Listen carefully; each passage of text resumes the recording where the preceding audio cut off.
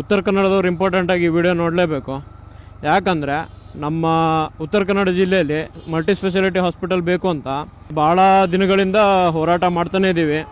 ಅದಕ್ಕೆ ಇವಾಗ ನಮ್ಮ ಚರಣ್ ಮಡಿವಾಳ್ ಬ್ರೋ ಅವರು ನಮ್ಮ ಸಿದ್ದಾಪುರ ತಾಲೂಕಿನಿಂದ ಇದಕ್ಕೆ ಒಂದು ದೊಡ್ಡ ಹೆಜ್ಜೆ ಇಟ್ಟಿದ್ದಾರೆ.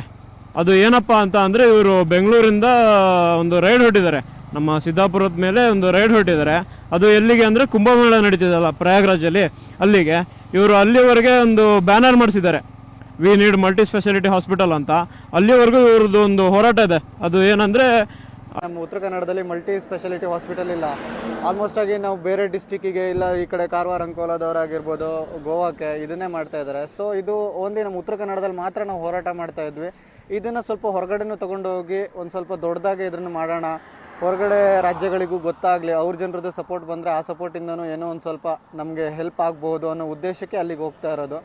ಸೊ ನಮ್ಮದು ಟಾರ್ಗೆಟ್ ಬಂದ್ಬಿಟ್ಟು ಇವಾಗ ಇಲ್ಲಿಂದ ಮಹಾರಾಷ್ಟ್ರ ಹೋಗಿ, ಮಹಾರಾಷ್ಟ್ರದಲ್ಲಿ ಜ್ಯೋತಿರ್ಲಿಂಗಗಳನ್ನೆಲ್ಲ ದರ್ಶನ ಮಾಡಿ, ಅಲ್ಲಿಂದ ಪ್ರಯಾಗ್ರಾಜಲ್ಲಿ ಕುಂಭಮೇಳಕ್ಕೆ ಏನು ಜನಗಳು ಬರ್ತಾರೆ, ಆ ಜನಗಳ ಮುಂದೆ ನಮ್ಮ ಹತ್ರ ಒಂದು ಬ್ಯಾನರ್ ಇದೆ.